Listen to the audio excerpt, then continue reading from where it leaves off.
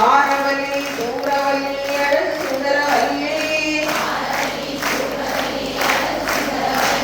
எங்கள் பத்திரகாளி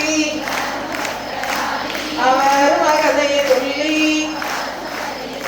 நல்லாடி அம்மா புண்ணி போகாடி அம்மன் சொல்லி